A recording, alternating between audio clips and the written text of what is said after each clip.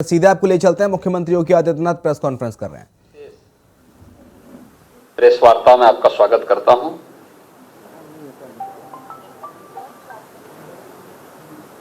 आज की प्रेस वार्ता मुख्य रूप से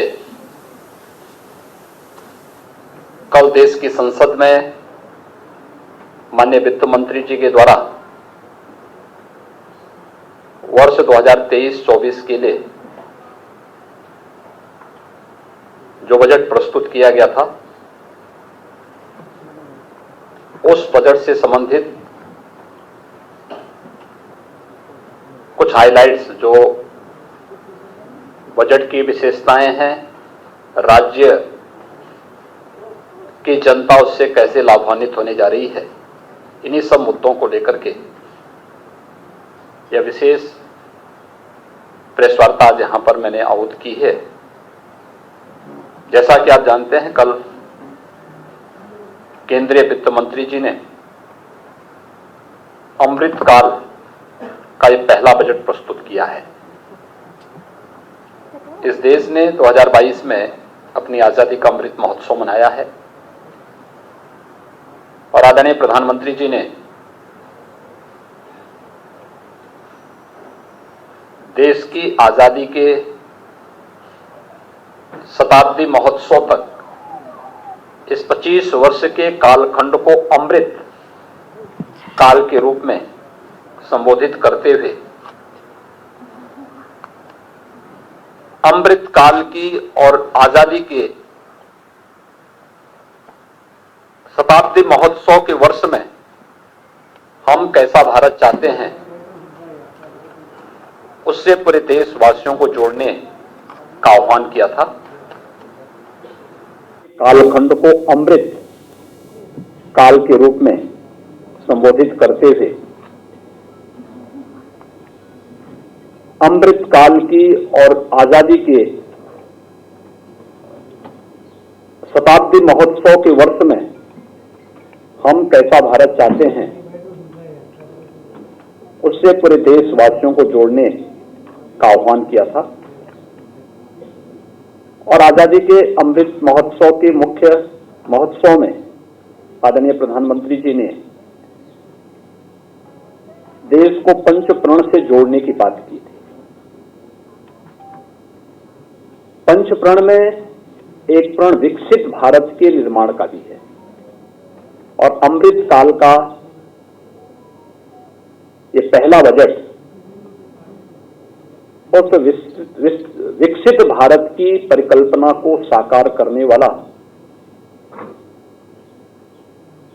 एक सर्वस्पर्शी, समावेशी बजट है, जो समाज के प्रत्येक तबके को, गांव, गरीब, किसान, नौजवान, महिलाएं, वंचित, वनवासी समुदाय और समाज का वो प्रत्येक तबका, उन सबको इसमें अवसर देने का कार्य किया है। और इन सभी अवसरों को यूनियन बजट में सप्तऋषि के रूप में संबोधित किया गया है। यानी इस तरह से भारत ने अपनी पूरी व्यवस्था को मार्गदर्शक के रूप में सप्तऋषियों के रूप में लिया है। वे सप्तऋषि भारत की व्यवस्था के आधार शिल्पी रहे हैं, जिनके मार्गदर्शन में भारत की सनातन परंपराएं पली बढ़ी, आगे वैश्विक मंच पर भारत को विश्व गुरु के रूप में स्थापित किया। ऐसे ही सप्तऋषियों ने भी के ही मार्गदर्शन में सारे कार्य हुए थे और सप्तऋषि के रूप में मार्गदर्शन करने के लिए 7 महत्वपूर्ण मुद्दों को लेकर के, जिसमें इंक्लूसिव डेवलपमेंट यानी एक समावेशी विकास का मॉडल खड़ा करना, रीचिंग द लास्ट माइल यानी अंत्योदय की परिकल्पना, अंतिम पायदान पर खड़े हुए व्यक्ति के लिए शासन की योजनाओं का लाभ देना। आपने देखा होगा कि कोरोना कालखंड में पिछले 3 वर्ष से लगातार 80 करोड़ लोगों को प्रधानमंत्री गरीब कल्याण अन्न योजना का लाभ मिल रहा है और प्रधानमंत्री गरीब कल्याण अन्न योजना का लाभ अगले 1 वर्ष के लिए और बढ़ाने का कार्य हुआ है। 2 लाख करोड़ रुपए सालाना इस पे खर्च होता है। यह भी इस योजना का इस बजट का एक महत्वपूर्ण हिस्सा है। इंफ्रास्ट्रक्चर एंड इन्वेस्टमेंट, अगर हम 2013-14 की तुलना में भारतीय रेल के बजट को देखें, इसमें 2,40,000 करोड़ रुपए का प्रावधान किया गया है। 2013-14 की तुलना में 9 गुना अधिक है।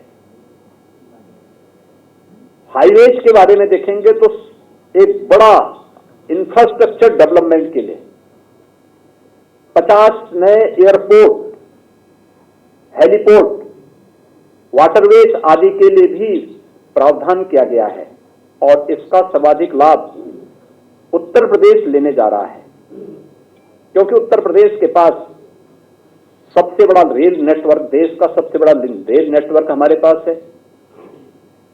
उत्तर प्रदेश के पास सबसे बड़े पैमाने पे नए हाईवेज के प्रस्ताव उत्तर प्रदेश ने भेजे हैं और उत्तर प्रदेश इस दिशा में कार्य कर रहा है और पिछले 5 वर्ष के अंदर जितने भी हाईवेज, जितना भी इंफ्रास्ट्रक्चर का कार्य उत्तर प्रदेश के अंदर हुआ है, वह उत्तर प्रदेश के नए परसेप्शन को और नए उत्तर प्रदेश के बारे में सबका ध्यान आकर्षित करता है। स्वाभाविक रूप से इस इंफ्रास्ट्रक्चर का लाभ भी उत्तर प्रदेश को सबसे अधिक होने जा रहा है। प्रदेश के अंदर सक्षमता को सामने ढाला, अनलीजिंग द पोटेंशियल, यह इसका चौथा भाग है और इसके बारे में उत्तर प्रदेश की अंदर की, जो हम लोग पहले से कहते आ रहे हैं कि उत्तर प्रदेश अनंत संभावनाओं वाला प्रदेश है। दुनिया के अंदर भारत के बारे में कहा जाता है, पूरी दुनिया आशा भरी निगाहों से भारत की तरफ देख रही है और देश के अंदर, उत्तर प्रदेश के अंदर, उत्तर प्रदेश के लिए संभावनाएं हैं। एक ग्रीन ग्रोथ, यानी कैसे हम हरित विकास की ओर जा सके, कार्बन उत्सर्जन को कम से कम करके हम डेवलपमेंट का एक ऐसा मॉडल दें जो लोगों के सतत और समावेशी विकास के लिए महत्वपूर्ण हो सके। उस प्रकार के मॉडल को, चाहे वो एनर्जी के क्षेत्र में आप देखें, रिन्यूएबल एनर्जी का हो, हाइड्रोजन एनर्जी का हो, या फिर खेती किसानी के क्षेत्र में आप देखेंगे तो विषमुक्त खेती के लिए प्राकृतिक खेती को बढ़ावा देने का कार्यक्रम, या भारत की प्राचीन उस पद्धति को जो आज 2023 का वर्ष मिलेट ईयर के रूप में भी घोषित हुआ है, उस रूप में विकसित करने के लिए उसका भी प्रावधान बजट में किया गया है। यूथ पावर, उत्तर प्रदेश की, देश दुनिया के अंदर अगर सर्वाधिक यूथ भारत के अंदर है तो भारत के अंदर सबसे अधिक यूथ उत्तर प्रदेश के अंदर है। उस युवा के विकास के लिए, उसके कौशल विकास के लिए, उसे आधुनिक तकनीक से जोड़ने के लिए, उसे तकनीकी रूप से सक्षम बनाने के लिए क्या कुछ प्रयास होने हैं इस दिशा में, और वित्तीय समावेशन के क्षेत्र में, फाइनेंशियल सेक्टर में जो कुछ भी अन्य नए प्रयास हुए हैं, उन सभी 5-7 फोकस बिंदुओं को सप्तऋषि के रूप में, मार्गदर्शन के रूप में रख करके यूनियन बजट को कल केंद्रीय वित्त मंत्री जी ने देश की संसद में रखा है। स्वाभाविक रूप से यह यूनियन बजट एक विकसित भारत की उस परिकल्पना को साकार करता है जो आज प्रधानमंत्री मोदी जी के विजन के अनुरूप, जब देश अपनी आजादी का शताब्दी महोत्सव मना रहा होगा, तब हर भारतवासी गौरव के साथ कह सकता है कि मैं दुनिया की सबसे बड़ी आर्थिक महाशक्ति के रूप में स्थापित भारत का नागरिक हूं।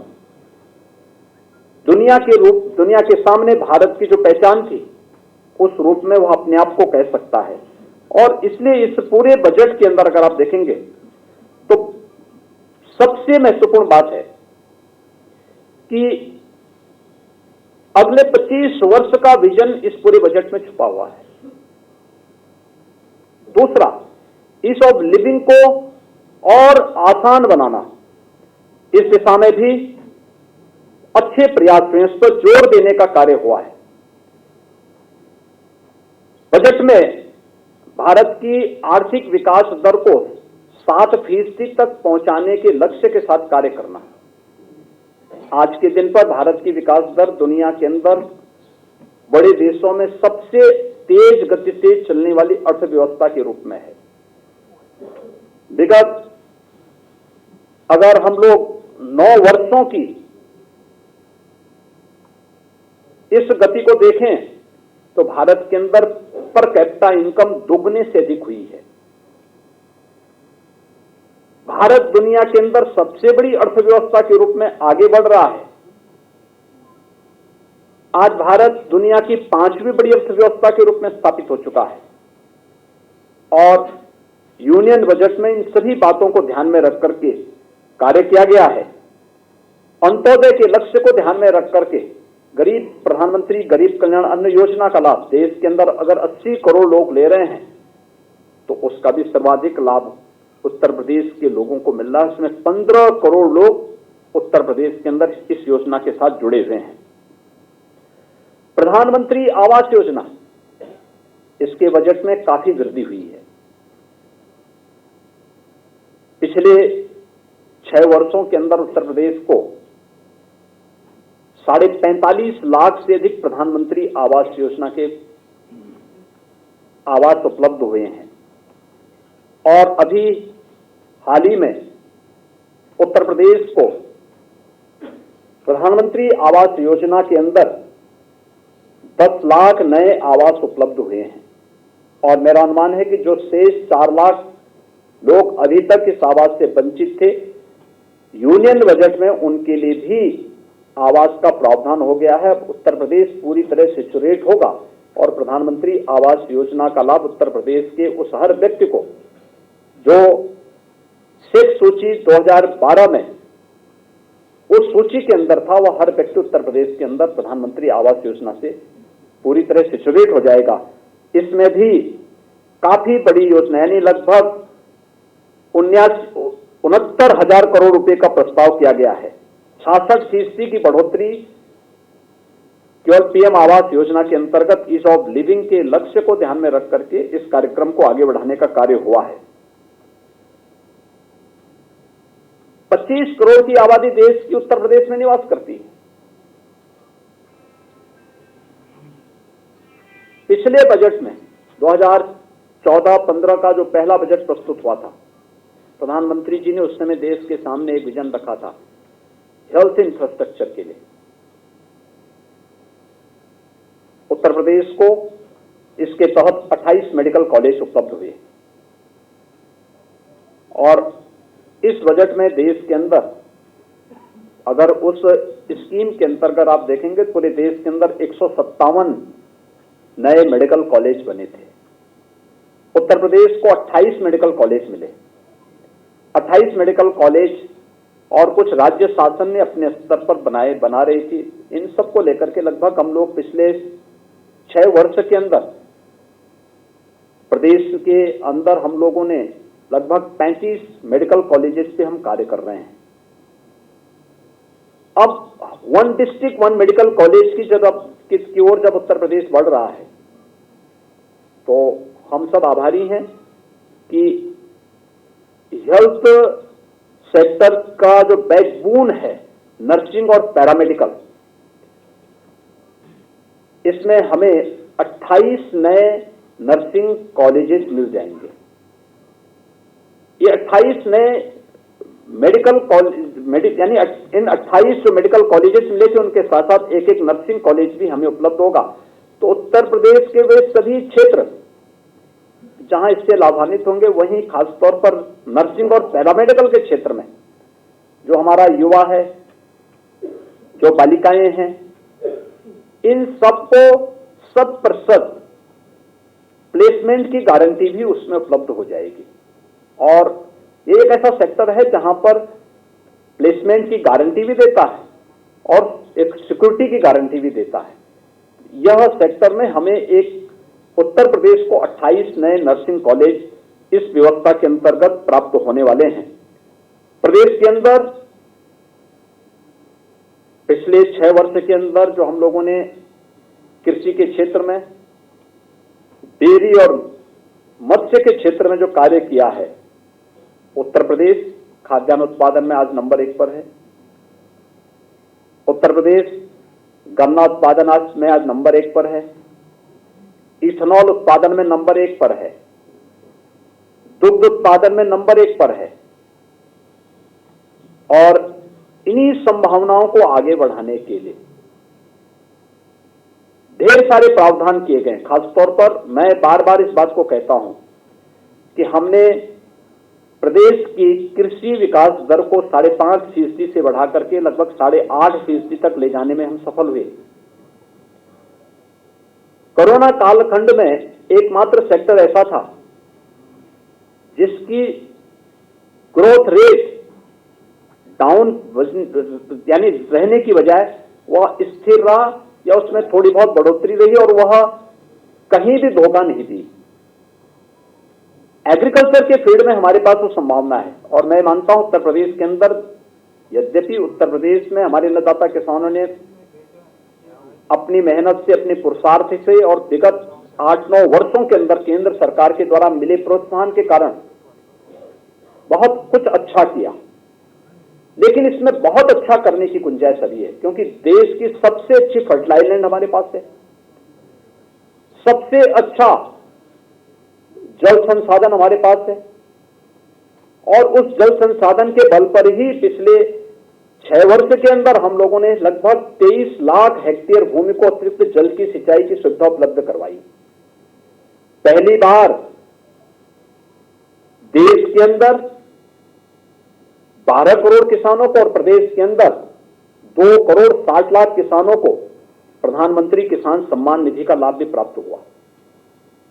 और उन्हीं सब बातों को ध्यान में रख करके अब कृषि ऋण की जो सीमा है, यह फिर से भारत सरकार ने इसमें काफी बढ़ोतरी की है। पूरे देश के अंदर लगभग 20 लाख करोड़ रुपए का एक बेहतर प्रस्ताव कृषि ऋण के लिए किसानों के लिए उपलब्ध करवाने के लिए व्यवस्था दी है।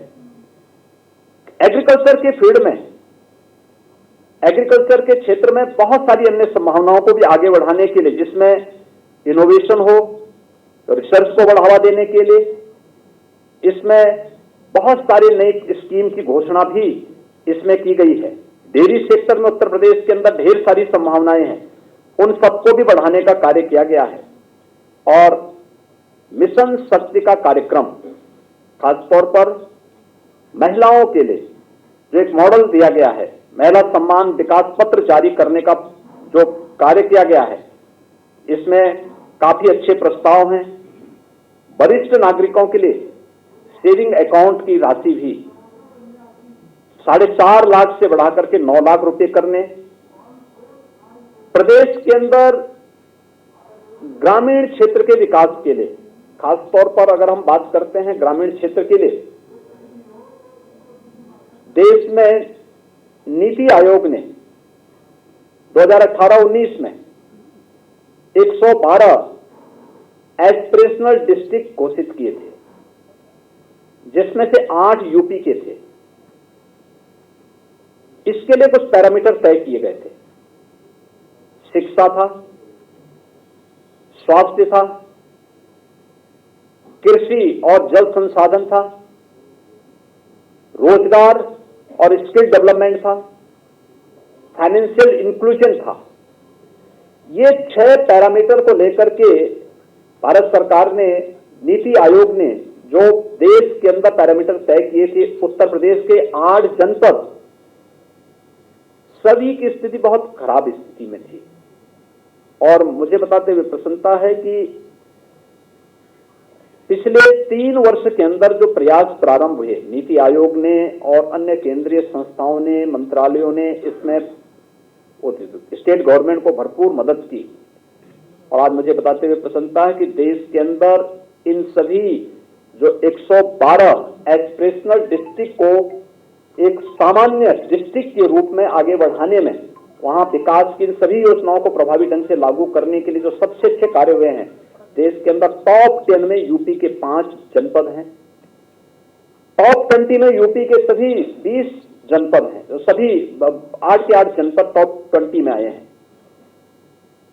और उन्हीं से प्रेरणा लेकर के आदरणीय प्रधानमंत्री जी के मार्गदर्शन में उत्तर प्रदेश सरकार ने उत्तर प्रदेश के अंदर 100 विकास खंड को एस्पिरेशनल विकास खंड, वही पैरामीटर हम लोगों ने चिन्हित किए थे नीति आयोग के मार्गदर्शन में, और उस पर कार्य करना प्रारंभ किया। और हमें प्रसन्नता है कि 500 विकास खंड देश के अंदर एस्पिरेशनल यानी आकांक्षात्मक विकास खंड के रूप में उन्हें आगे बढ़ाने का कार्य होगा।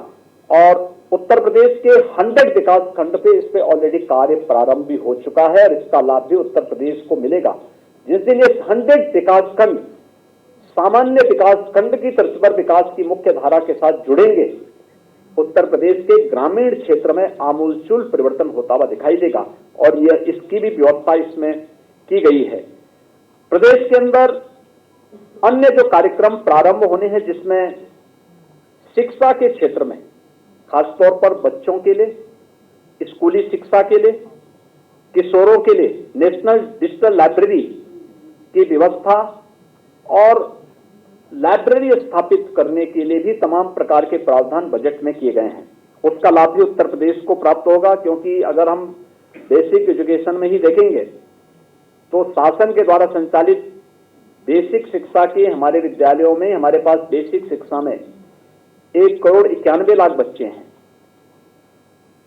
माध्यमिक में इसी प्रकार से काफी बड़ी संख्या 56 लाख से अधिक तो केवल हमारे बोर्ड की परीक्षाओं में बच्चे बैठ रहे हैं, हाई स्कूल और इंटरमीडिएट बोर्ड में।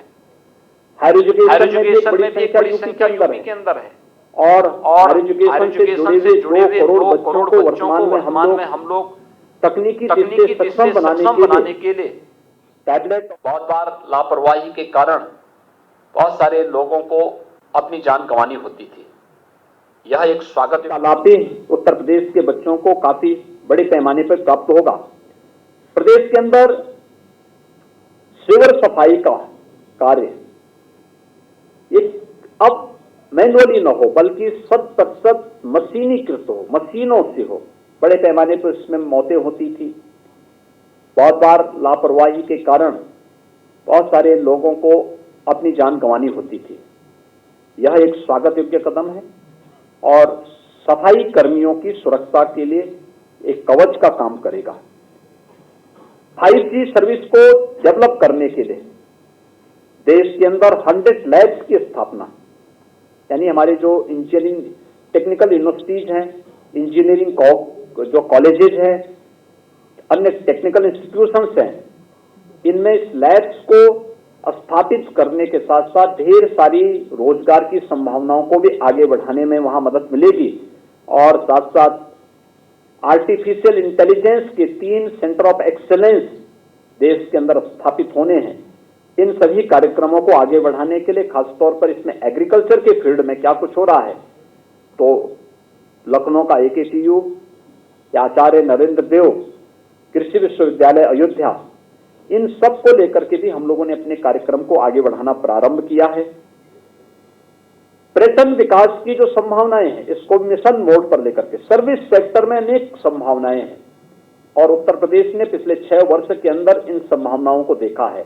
यूनियन बजट में भी इसका स्थान दिया गया है और जिसमें खासतौर पर हर राज्य के अंदर एक यूनिटी मॉल का प्रावधान भी किया गया है। यूनिटी मॉल, जहां पर उत्तर प्रदेश ने जैसे स्कीम अपनी चलाई थी जो 2018 में परंपरागत उद्यम के लिए 1 डिस्ट्रिक्ट 1 प्रोडक्ट की,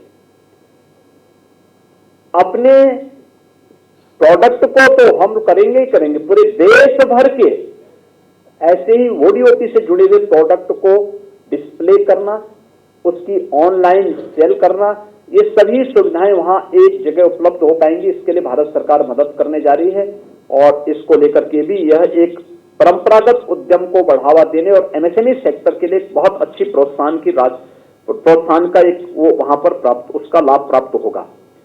प्रदेश के अंदर अन्य कार्यों के साथ साथ प्रदेश में प्राकृतिक खेती को बढ़ावा देने के लिए भी, यानी जो प्राकृतिक खेती को मिशन मोड पर लेने का कार्यक्रम चल रहा है, इसका लाभ भी उत्तर प्रदेश लेगा, क्योंकि उत्तर प्रदेश ने इसमें लगभग वर्तमान में हम लोग जैविक खेती और प्राकृतिक खेती दोनों मिलाकर के उत्तर प्रदेश लगभग 1,26,000 हेक्टेयर लैंड में वर्तमान में इस खेती को बढ़ावा देने में सफल हुआ है। और उत्तर प्रदेश ने गंगा के तटवर्ती सभी 27 विकास खंडों में और बुंदेलखंड के सभी 7 जनपदों को इससे चयनित करके उसके लिए एक इंसेंटिव की भी घोषणा की है।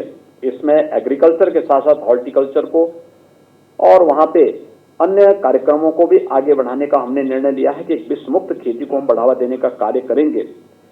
एमएसएमई सेक्टर को, यह उत्तर प्रदेश के लिए बहुत महत्वपूर्ण योजना है। एमएसएमई आप जानते हैं देश का सबसे बड़ा जो बेस है वो यूपी के पास है। 96 लाख यूनिट सूक्ष्म लघु मध्यम उद्यम उत्तर प्रदेश के अंदर है। और इसके लिए जो क्रेडिट गारंटी योजना है, यह प्रदेश की हमारी जो स्थानीय अर्थव्यवस्था है इसको तो मजबूत करेगा ही करेगा, यहाँ पे रोजगार की ढेर सारी संभावनाओं को भी आगे बढ़ाने का एक अवसर हमारे पास होगा।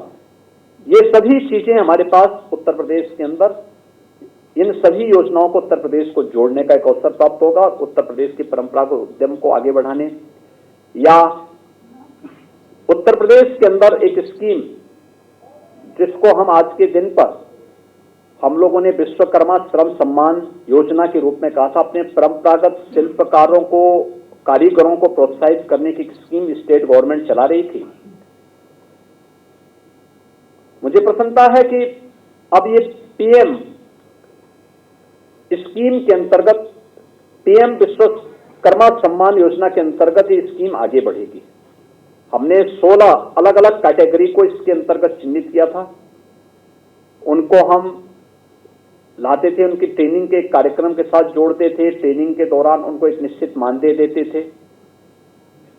मानदेय देने के बाद फिर उन्हें एक सर्टिफिकेट देते थे और फिर बैंकों से उन्हें लोन उपलब्ध करवाते थे, टूल किट फ्री में उपलब्ध करवाते थे। एक स्कीम स्टेट के अंदर प्रारंभ की थी। अब इसे भारत सरकार का प्रोत्साहन मिलने पर इसमें प्रदेश के अंदर हर गांव में अलग अलग हस्तशिल्पी और कारीगर मौजूद है। इसको प्रोत्साहन को एक नया पंख लगेगा, इसको आगे बढ़ाने में हमें प्राप्त एक मदद मिलेगी। पीएम कौशल विकास 4 भी अब प्रारंभ होने वाला है। एक महत्वपूर्ण योजना होगी, खासतौर पर हमारे कॉलेजेस के बच्चों के लिए जो अभी तक सिंपली बीए किए थे, बीकॉम थे या बीएससी थे, कोई टेक्निकल उनके पास नॉलेज नहीं था, उनको अब आगे बढ़ाने के लिए या फिर हमारे अपने अन्य नौजवानों को आगे बढ़ाने के लिए एक नेशनल अप्रेंटिसशिप की स्कीम, जिस स्कीम को एक हमने अभी घोषणा भी की है यूपी दिवस के अवसर पर, उत्तर प्रदेश के अंदर सीएम अप्रेंटिसशिप की स्कीम, जिसका पहला पार्ट हम लोगों ने बहुत पहले लागू किया था, जिसमें हम लोगों ने जो टेक्निकल हैंड्स थे, टेक्निकल इंस्टीट्यूशंस को इंडस्ट्री के साथ जोड़ना और इंडस्ट्री के साथ जोड़ने के साथ साथ उसको जो मानदेय हम देते थे, आधा मानदेय हम देंगे, आधा इंडस्ट्री देगा, एक निश्चित समय सीमा के अंदर।